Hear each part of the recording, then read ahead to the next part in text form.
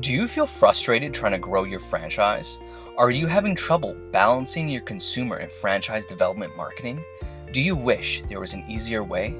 Imagine if you had a proven roadmap to take your franchise's marketing from costing you to making you money.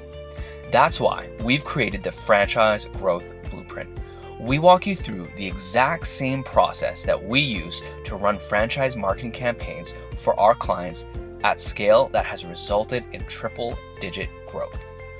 This blueprint isn't for anyone. It's not for people just starting a franchise. It's not for franchises without long-term goals. This is for franchises that want to scale up their marketing in a predictable and profitable way using a proven roadmap.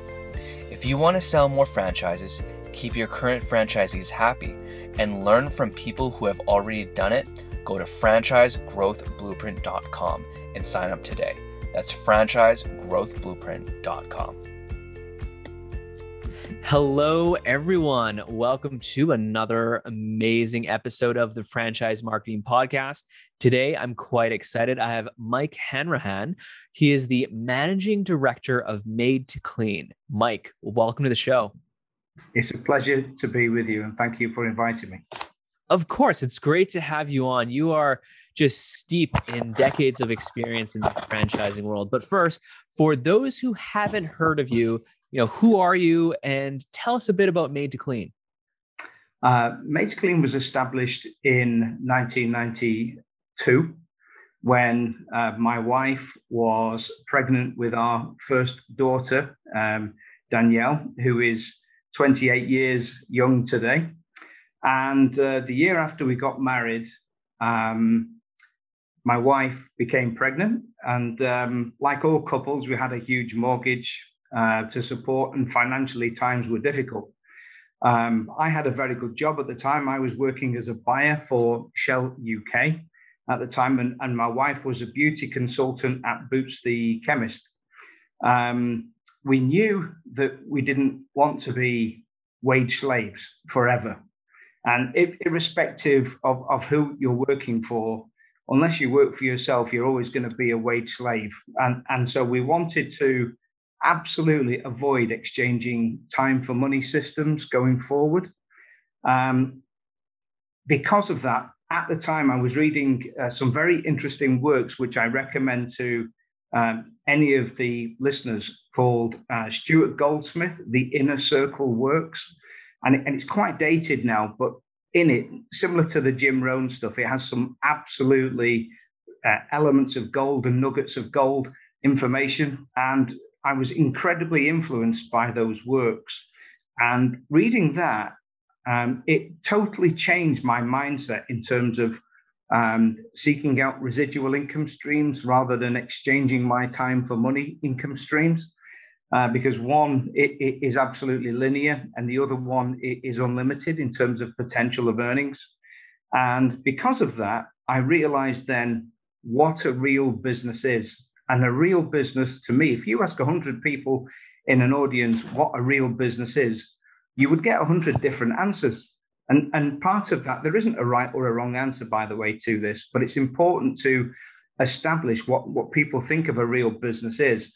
As soon as I tell them what my interpretation of a real business, Jordan, they actually say, wow, your business idea or system is better than mine. But to me, a real business is one that will produce money for you, whether you're present in it or not in the long term. That to me is a real business. So respectfully to a man and a van business, etc., where you are, the reason why the business exists, or anything that exchanges your time for money in the long term is not really where you want to be. The problem is, when I was at school many years ago, and I'm sure when you were at school, not many teachers who are in JOBs themselves actually teach you that there are alternative ways to earn a living. And what the school system does is it prepares you. It prepares you to be plopped into the E bracket, the employee bracket, for the rest of your life. And it's only, if you like, once you've left school that you actually realize that, hey, these guys are out there that earn incredible sums of money, but they don't exchange their time for money. And it was that influenced us to look at alternative business systems that we could trade from home. And we looked at a number of business systems and a number of franchises saying that. And what we did is we borrowed the best pieces of certain business systems that already existed, but then we changed the models in its entirety. So we looked at domestic cleaning purely because it was something that we could operate from home. We didn't need premises. And apart from that, we didn't have a huge budget. We had a huge mortgage and not a huge budget to set up a business. So what we did is we looked at a number of competitors in the marketplace, and we decided, that this was the business for us. But you need a niche. I don't care who you are in business. You need to do something slightly different than other people. And the two businesses that we looked at did the traditional cleaning model. They employed staff. They had equipment. They had materials. They met their clients physically. And we decided that we're not going to employ staff. Our staff are going to be technically self-employed for tax law and employment law purposes.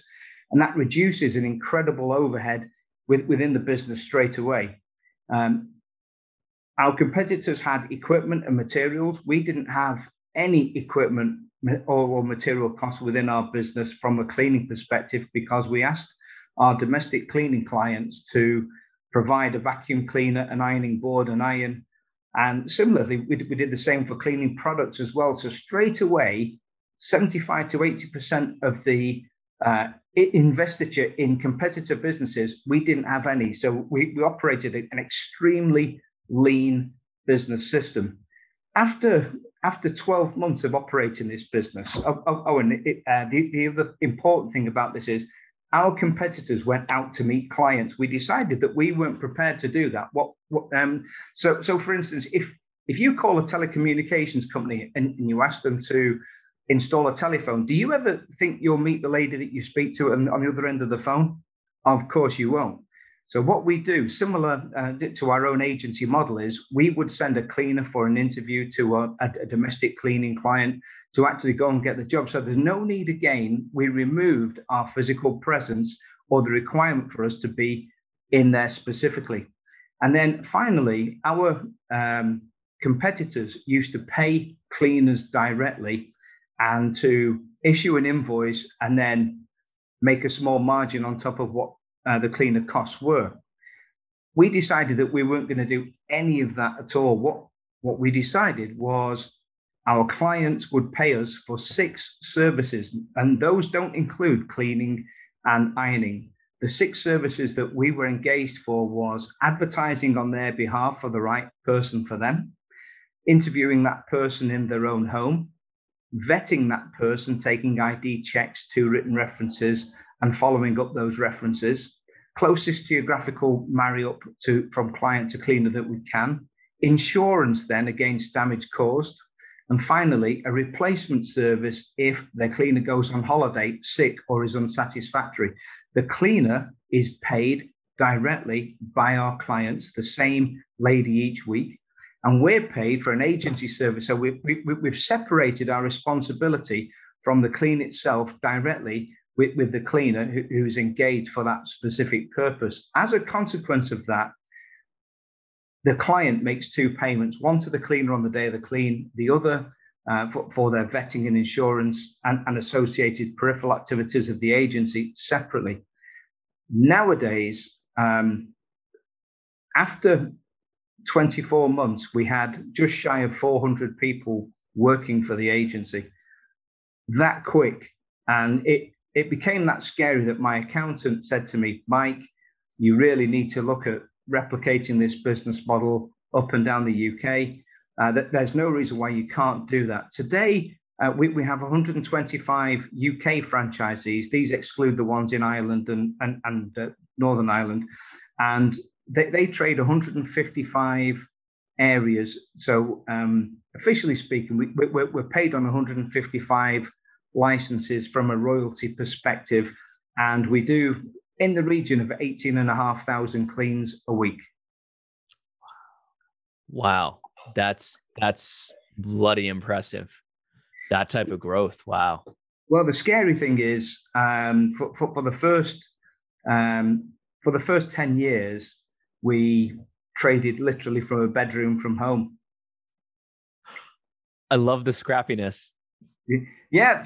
So the interesting thing about it is, and for all your listeners, it absolutely can be done if you have the drive, the passion, the interest, the tenacity, and obviously, very importantly, you don't repeat mistakes. And I welcome mistakes gladly, but I just won't repeat them willingly.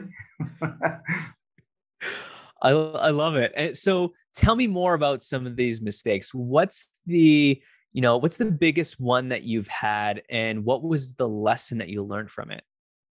Well, initially, we couldn't believe that we could get people to pay us for an agency service. We thought that a client just wants a cleaner, and they don't want to engage in an agency fee. However, we discovered very quickly that there is value in getting the right person, involved. Additionally, clients don't want an uninsured person coming into the home. They also don't want several people handling keys to the home as well. So finding the right person for them each time has a value at the end of the day. And if we link on to the insurance side of things, because many people who work for themselves, particularly cleaners, they don't have their own personal insurance. So if we could capture all these peripheral activities, and then there's no reason at all why we couldn't make a living out of it.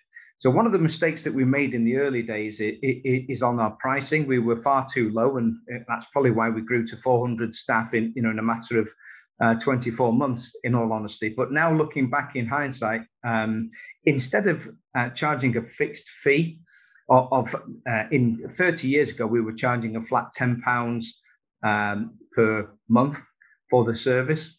And we moved from a £10 a month model to a £1 an hour model. And that was a huge wage increase at the time. And then £2 an hour model. But do you know what? Compared to the competitors in the marketplace, who were charging astronomical amounts compared to us, because we had no real overheads, clients didn't even blink. And because we didn't get any resistance, we just kept on slightly increasing the prices on an ongoing basis till we became at the lower end of the market scale for sure, but certainly into considerable residual income and profit. Interesting. I love that kind of like test and learn, closing that feedback loop of like, okay, let's move in small increments until we hit that ceiling. So I guess, like, how did you figure out when you hit that ceiling and said, okay, we're gonna take a pause here? Well, to take a crib from one of the great marketing gurus within the States, Jay Abrahams, he actually says, test everything, test and measure everything, and the market will tell you what's right or wrong. And that's exactly what we did. We analyzed our marketing in terms of the prices that we charged. And the great thing is, and thank goodness, we didn't put a specific price on the cards itself, and I'll come into marketing later. But our cards used to say price from X per hour. And then what we used to do is that the more hours, the lower the price would be. And the fewer hours, obviously, the higher price would be, because the cleaners have to get on a bus, for instance, and go and do a clean, etc. And so the more hours, it made them far more worth their while to actually go and do it. And so we played around with the pricing infrastructure over time and measured the optimum levels that we should charge. And that isn't to try and get the most money out of clients. The answer was to establish how much they were happily willing to pay compared to our competitors, who were always way over what we were charging anyway. Very interesting stuff. So speaking of experimentation, what are some of the more recent experiments that you've been running and learning? Okay. One of the most common complaints we had, and I'll go back several years first before I answer the question directly, was on the subject of time theft. This isn't physical theft. It's a cleaner being paid to clean the house, and them thinking, well, I've cleaned the house, so I'm going to go now and take the money. because our clients pay on an hourly basis, if you're paying a lady to come in for 3 hours a week and she only does 2, of course, you're not very happy about it. And they have to be answerable for that. So we decided, and here's the dilemma for you. And this is all about lean engineering. How would you address a problem where you don't meet clients, you don't supervise the quality of the cleans, and so you've no way of checking in the first instance whether a cleaner is on the premises and the time she arrives and the time she finishes? So how do you do that and do it in a way that's as cheap as possible? And I'll tell you how we did it. If I called your number from my mobile phone now and pressed go and you didn't answer it, it doesn't cost me anything to call you, but you know that it's me that's called you. So on that principle, we bought a VoIP telephone number and plugged that into our database. And when a client's name and number, which is registered against that telephone number from the client's address, calls the check-in number, it registers on the system free of charge because it's never answered. That tells me that that person has called the check-in number. So we know that the cleaner is present at that time. Subsequently, 3 hours later, before the job is finished, the cleaner would pick up the phone, repeat the process. It also tells us that the cleaner is there and safe, she's attended, and she's completed the job.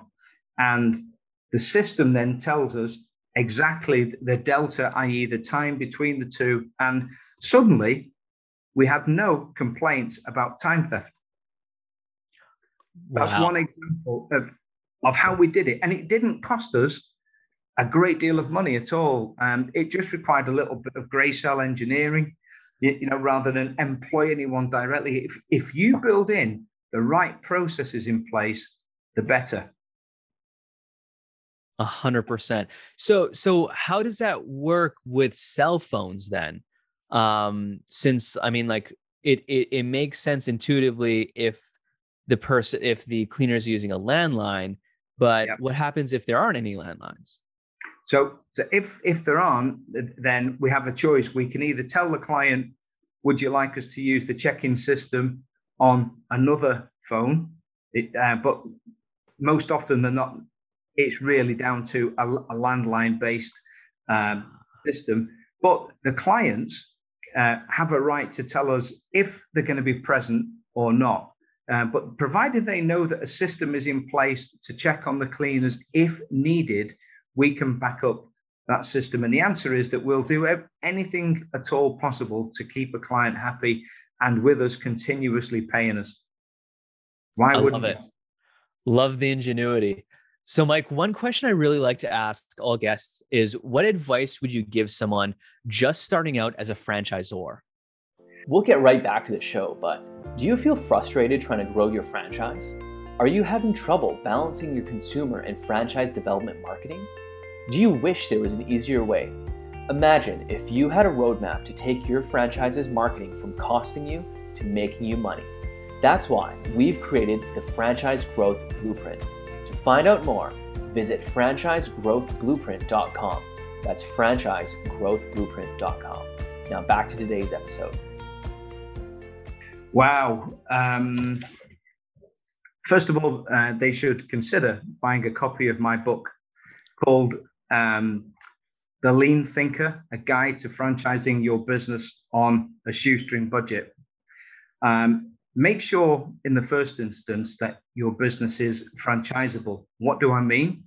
It should be trading for several years profitably, and it should be repeatable. Certainly have a few years behind you in terms of trading accounts that you can prove beyond any shadow of a doubt that this business is profitable and can be repeatable in multiple locations. As a consequence of that, no business survives any length of time without being successful and having good systems in place. But the systems should be lean engineered to the maximum extent to provide the maximum productivity out of the processes. You should have a branded trademark in the first instance. Be prepared to work hard and obviously be able to demonstrate you have successful pilot operations. On top of that, depending on the type of franchise, you should be able to provide adequate territory mapping systems so that each franchisee operates a specific geographical area, as in our own case. And you should define very clearly the franchise package in very clear terms so that a franchisee prospect knows exactly what they're getting for the money. The three important things, by the way, are: what do I get for my money? How much is it going to cost? And what support do I get, etc. Following up on that, you would need to work very hard to create a very simple operations manual. You wouldn't believe it, but just for a small domestic cleaning company, we have an operations manual of 550 pages. But it's every aspect of the ins and outs of the business. The more that you can be granular of every aspect of the business, the less potential there is for mistakes to be made in the business in the first instance. Don't scrimp on a franchise agreement as well. Get it professionally done by a franchise lawyer, not, for instance, a divorce lawyer. It's exactly the same as a doctor. You don't go to a foot surgeon if you need a brain surgeon, for instance. Get the right people involved right from day one. Prepare as well comprehensively your franchisee recruitment system. Prepare what a discovery day means. Talk through the process with individuals and then trial that out. It is so important, that side of things, that people get the first view of you as a business. Hopefully, by the time you have a handful of franchisees on board, new franchisees, prospects, will be able to speak to existing franchisees as well. And they are, if you like, your salesman in a suit, effectively. And a happy franchisee, nobody can sing your tune better than a happy franchisee at the end of the day.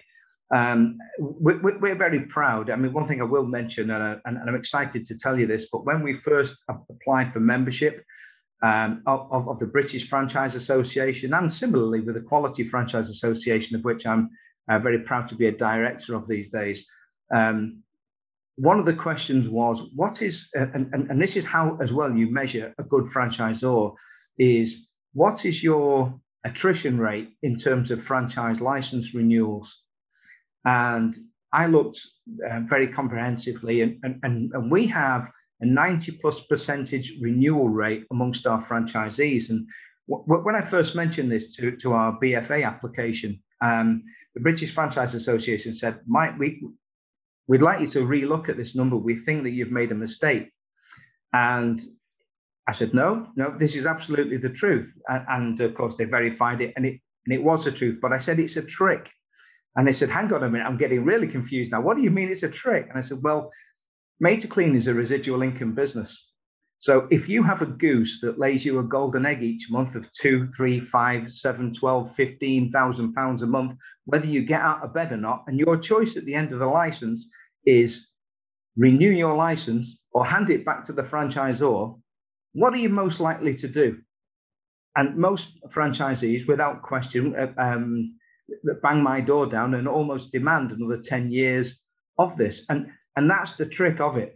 Whereas something unusual about the franchisees of Made to Clean, which are very different in terms of traditional franchisee types, is the traditional franchisee is an animal that wants to buy a business, wants to build that business, wants to sell it eventually and ride off into the sunset in terms of retirement. Now, our franchisees don't do that.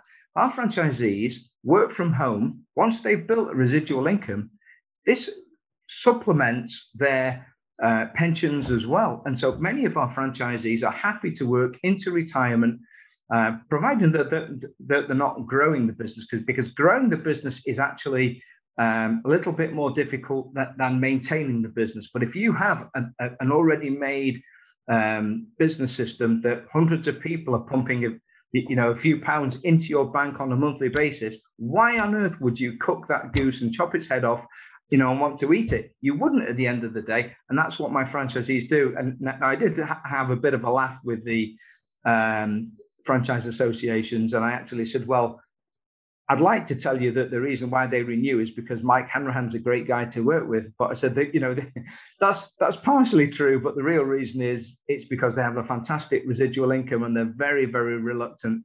And that's possibly why 1 in 3 of our franchisees have bought a second territory. And that's another great sign of a franchise system that you can rely on and hang your hat on, because you don't buy into a business more than once unless you're happy.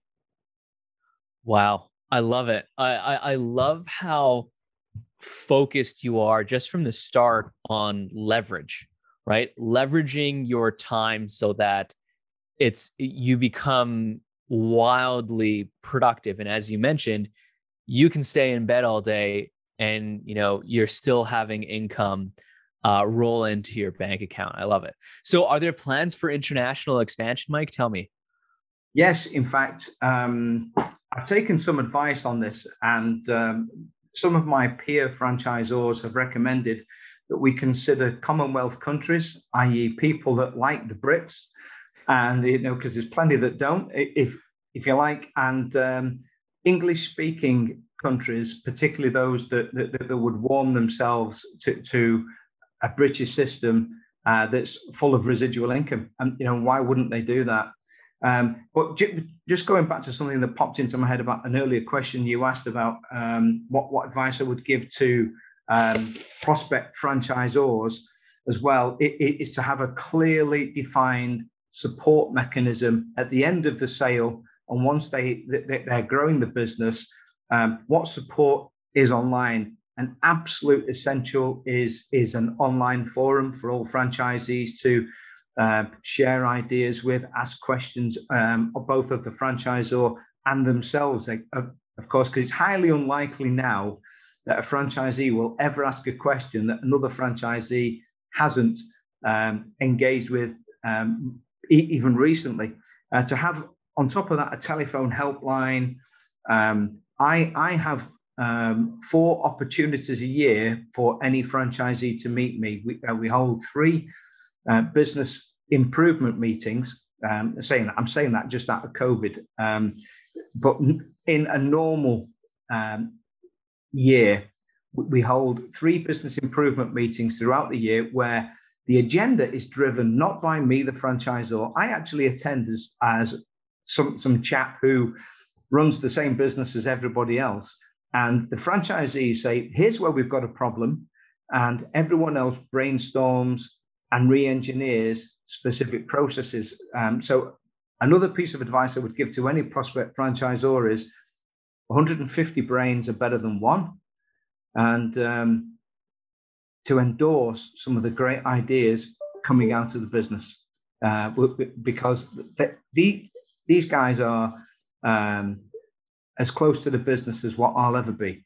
One interesting story though, and I am challenged sometimes by the franchisees, and one chap came out of a customer service environment and he said, "Mike," he said, "I read in the ops manual something that I felt uncomfortable with." He said, "And I have to share that with you." And he put this on the public forum, and he said, "Mike," he said, you said, do not proactively call your customers on a regular basis." And he said, "Every business that I've been engaged with so far, and every book I've read on customer service says, get in bed with the clients and tell them, handhold them, and tell them how much value you add to them." He said, and what you're suggesting is completely the opposite.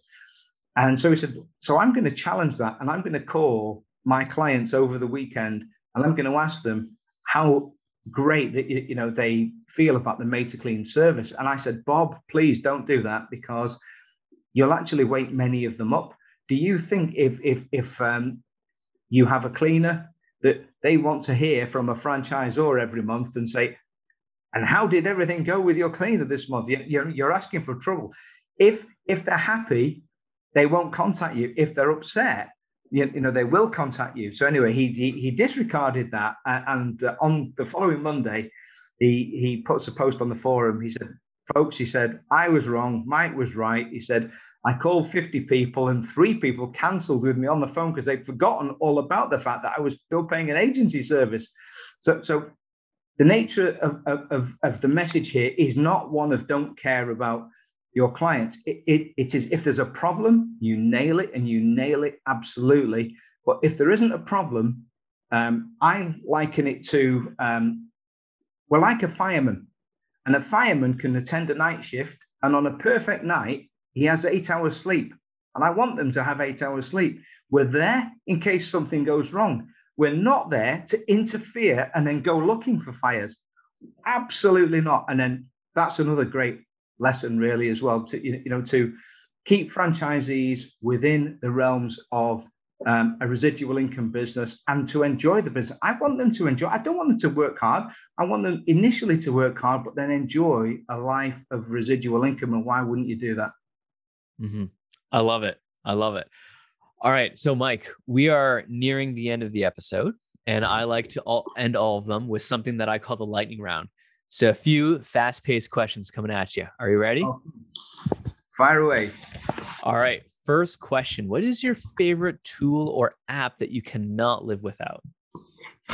I can't live without my diary, and it's an online diary. But I'm almost childlike in that I don't have a brilliant memory, and my diary reminds me of where I am and where I should be, etc. And my ultimate agenda. I've just discovered, by the way, something called OneNote, and it's Microsoft, and I'm presently learning that, but I can see some huge advantages for that in the long term as my children get involved with the business as well, more and more. Then I can see more handover documentation being entered into that system. It's an online system that can be shared, and I'm presently learning. I'm a little bit of a technical Luddite, in all honesty. That's self-admitted and a very honest assessment.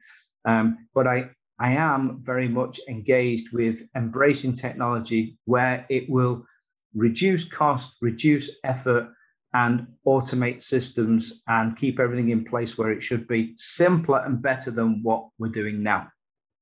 Awesome. I love it. I love it. Next question, and this is a little loaded. What is your favorite book? Okay.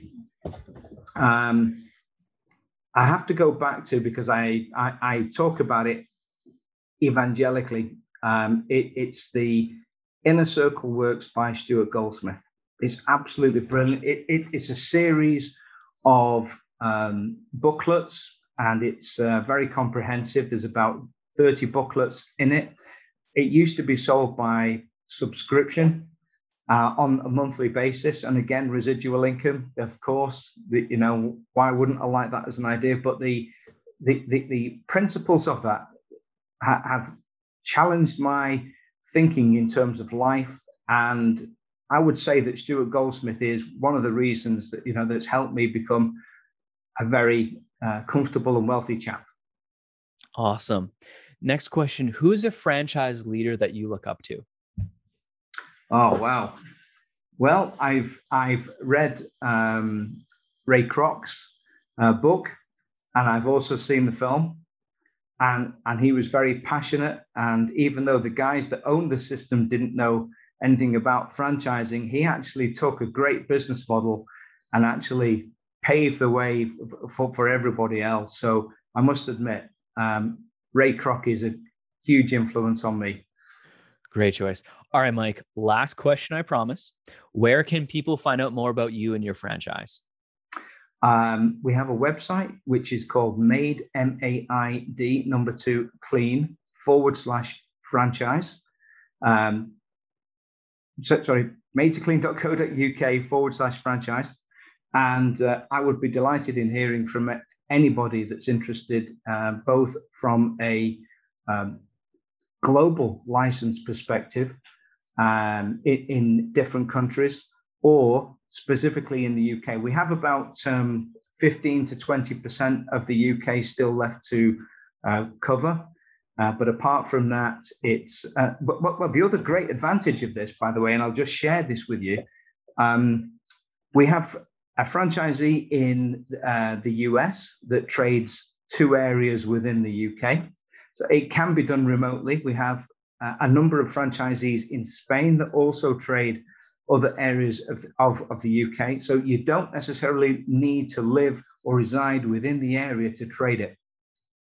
That's another great lesson, by the way, because I didn't sell the franchise on that basis. But the more that I realize it, and of course, my ops director pointed out to me, Mike, he said, if you've got a third of the franchisees with more than one territory, instantly one can figure out you don't need to live in the area, to actually trade it.